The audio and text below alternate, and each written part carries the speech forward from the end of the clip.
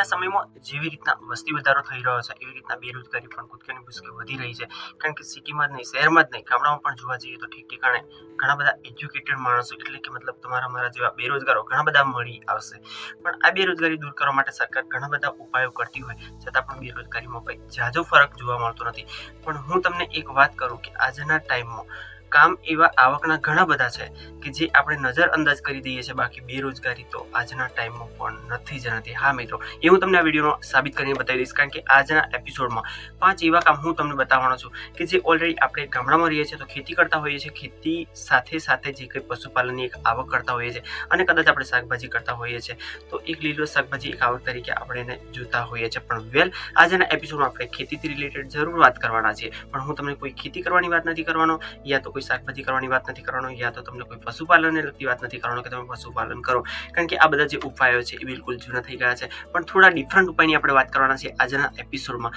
તો તમને જો ઇન્ટરેસ્ટ હોય, હા મિત્રો, તમને જો ઇન્ટરેસ્ટ હોય કે એ 5 કામ એવા છે કે જેમાં ઝીરો રોકાણથી તમે સ્ટાર્ટઅપ કરી શકો છો અને સારી એવી ઇન્કમ આજના સમયમાં કરી શકો છો. આજના સમયમાં એ જ વસ્તુની એટલી બધી ડિમાન્ડ છે, માર્કેટમાં એટલી બધી માંગ છે કે લોકો માગે છે અને છતાં પણ ઓછી પડે છે. હવે ડિમાન્ડ કઈ છે, કઈ વસ્તુ છે, ટોટલ ડિટેલ તો હું તમને આ જ એપિસોડમાં જણાવવાનો છું. તો ધ્યાનથી સાંભળજો, કારણ કે આ જે વાત છે થોડા ઘણા એક્ઝામ્પલોથી આપણે સમજવી પડશે અને તો જ તમને ખ્યાલ આવશે. તો આજના સમયનું જીવન જ એવું છે કે આપણે જાણીએ અજાણીએ કોઈ ખાવા પીવાની વસ્તુથી યા કોઈ પણ રીતે જીવન જીવાતી રીતથી આપણે રોગ સામેથી માંગી લેતા હોઈએ છીએ યા મતલબ આવરી લેતા હોઈએ છીએ. કારણ ગમે તે હોઈ શકે, પણ એનું મતલબ જે કંઈ કારણ છે એ દૂર કરવા માટે આપણે ઓલરેડી કોઈ પણ ડૉક્ટર પાસે જતા હોય. હા મિત્રો, હું તમને એક એક્ઝામ્પલ તરીકે, ઉદાહરણ તરીકે સમજાવવાની કોશિશ કરી રહ્યો છું કે જ્યારે આપણે ડૉક્ટર પાસે જતા હોઈએ છીએ ત્યારે કોઈ પણ રોગ કે કોઈ પણ મતલબ આપણી પરિસ્થિતિ હોય છે અને સુધાર કરવા માટે એ કોઈ પણ પ્રકારની દવા લખી દેતા હોય છે, સજેસ્ટ કરતા હોય છે કોઈ પણ મેડિકલ પરથી, યા તો પોતે આપી દેતા હોય છે કોઈ પણ વસ્તુ હોય. અને ત્યારે માની લો કે તમને કદાચ કોઈ કુંવરપાઠું છે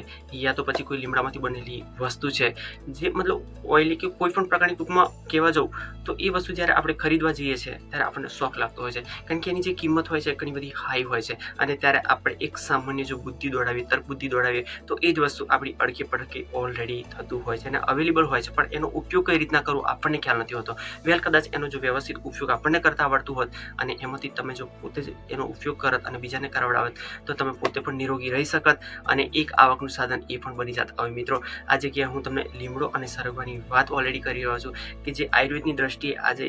લાખો કરોડોમાં લોકો કંપનીઓમાં એની વસ્તુ અલગ અલગ પ્રોડક્ટ બનાવી અને આપણા જ માર્કેટમાં આપણા જોડે સેલિંગ કરી અને કમાતા હોય છે, જ્યારે આપણને આ ન જેવી લાગતી વસ્તુની કોઈ જ કિંમત હોતી નથી. આવી રીતના સામાન્ય રીતે એક શબ્દમાં વાત કરું તો તુલસી પણ એવો છોડ છે,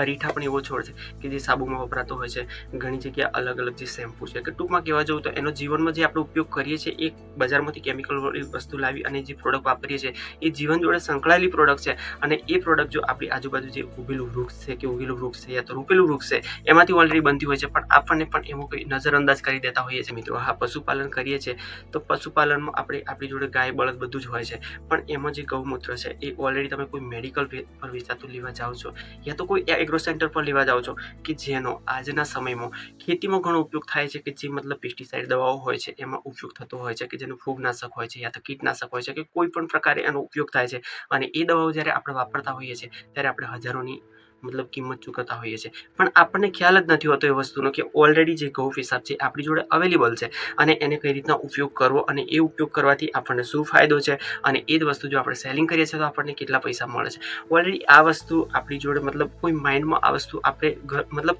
જાણવાની કોશિશ જ નથી કરતા હોતા. મિત્રો, હવે આવી જ રીતના જે હું તમને આગલા એપિસોડમાં, સ્પેશિયલ એપિસોડમાં કીધું છે કે તમારા જે કંઈ સીધાપાડી છે એમાં ઓલરેડી તમે સરગવો રોપો છો તો 3 મહિનામાં કે 4 મહિનામાં તમને સિંગ આપતો થઈ જાય છે અને એ સિંગ આપતો થઈ જાય છે એટલે કહેવાનો મતલબ કે એક તમે એને વેચીને પણ આવક ઊભી કરી શકો છો. મહિનામાં કદાચ 4-5 વાર પણ વીણો છો તો તમારું ઘરનું જે કંઈ ચા, ખાંડ, મોરસ કે જે પણ ગણો યા તો કરિયાણું ગણો એમાં તમને એક હેલ્પ થઈ જતી હોય છે અને એક આવકનું સાધન થઈ જતું હોય છે. ઓલરેડી 12 માસી હોય છે તો એ તમને 12 માસ એ જ ફાયદો કરાવતું હોય છે. પણ આ જ સરગવો જ્યારે આયુર્વેદની દ્રષ્ટિએ જોવા જઈએ તો એનું જે કંઈ પાન છે, ફળ છે, ફૂલ છે અને લીલો તો ખરો જ મિત્રો, પણ સૂકો થયા પછી એના જે સિંગો હોય છે, એના જે બી હોય છે ઓલરેડી એને ઉગાડી અને થેલીમાં તમે ઉગાડીને પણ વેચી શકો છો અને એક સૂકા પેકિંગ કરી અને માર્કેટમાં પણ વેચી શકો છો. અને લાસ્ટમાં તમને એટલું કહું કે એનું જે કંઈ સૂકો હોય છે ત્યારે એના પાનની પેસ્ટ પણ બનતી હોય છે, એના ફૂલ છે એ ફલાઈને તમે શાક બનાવીને ઓલરેડી એનાથી કંઈ સાધાઓનો દર્દ હોય છે એમાં પણ ઉપયોગ ઓલરેડી થતો હોય છે. કહેવા જાઉં તો આખું જે કંઈ ઝાડ હોય છે એ ટોટલી રીતે એને પાનથી લઈ એના મૂળ સુધી ઉપયોગી હોય છે, પણ આ વસ્તુની આપણને કંઈ પણ બિલકુલ ખ્યાલ હોતો નથી અને કદાચ હોય છે તો આપણો ઈગો નડતો હોય છે કે આપણે વેલ એજ્યુકેટેડ માણસ હોઈએ છીએ, વ્યવસ્થિત ભણેલા હોઈએ છીએ, તો આપણને કોઈ જગ્યાએ શરમ, સંકોચ, જે પોતાનો ઈગો હર્ટ થતો એવું લાગે છે કે આવું નાનું કામ તો હું કઈ રીતના કરી શકું. હવે તમે વિચારો કે જે બાબા રામદેવ છે ઓલરેડી ઘણી બધી માર્કેટમાં જે હર્બલ પેસ્ટિસાઇડ દવાઓ એમને મૂકી છે, તો એ બધી ઓલરેડી કુંવરપાઠામાંથી બને છે, લીમડામાંથી બને છે, સરગવામાંથી બને છે, કે જે એમનું ટર્નઓવર તમે વાર્ષિક જુઓ કદાચ ગૂગલ પર સર્ચ મારીને તો કરોડો અબજોમાં હોય છે મિત્રો. તો કરોડો અબજો તો આપણે નથી કમાવા, પણ માની લો કે પોતાના એરિયામાં તમે એક સ્ટાર્ટઅપ કરો છો, શરૂઆત કરો છો, તો તમે આ જ જગ્યાએ એક પણ રૂપિયો રોક્યા વગર તમારી આજુબાજુ જે વસ્તુ અવેલેબલ છે, હવે લીમડો કોઈ જગ્યાએ તમારે વેચતો લેવા જવાની જરૂર નથી, સરગવો પર તમારી આજુબાજુ કોઈ સંબંધીમાં યા તો મતલબ આજુબાજુ પાડોશીના ઘરે હોય ત્યાંથી લાવીને તમે ઉછેરી શકો છો. તો આ બધી વસ્તુઓ મિત્રો એવી છે કે જેમાં તમારે કોઈ પણ પ્રકારના પૈસા રોકવાની જરૂર નથી, પણ એના આધારે તમે એક ફેક્ટરી શું એક મતલબ કરોડોની ઇન્કમ, મતલબ મિત્રો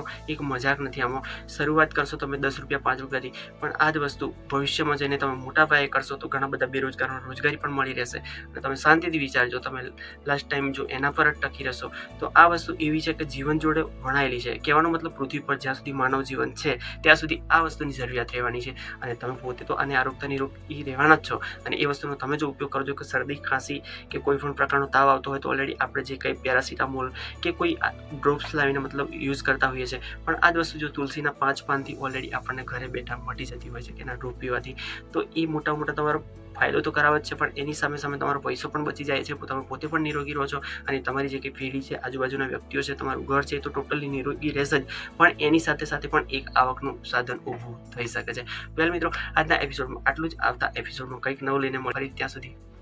જય હિન્દ, જય ભારત.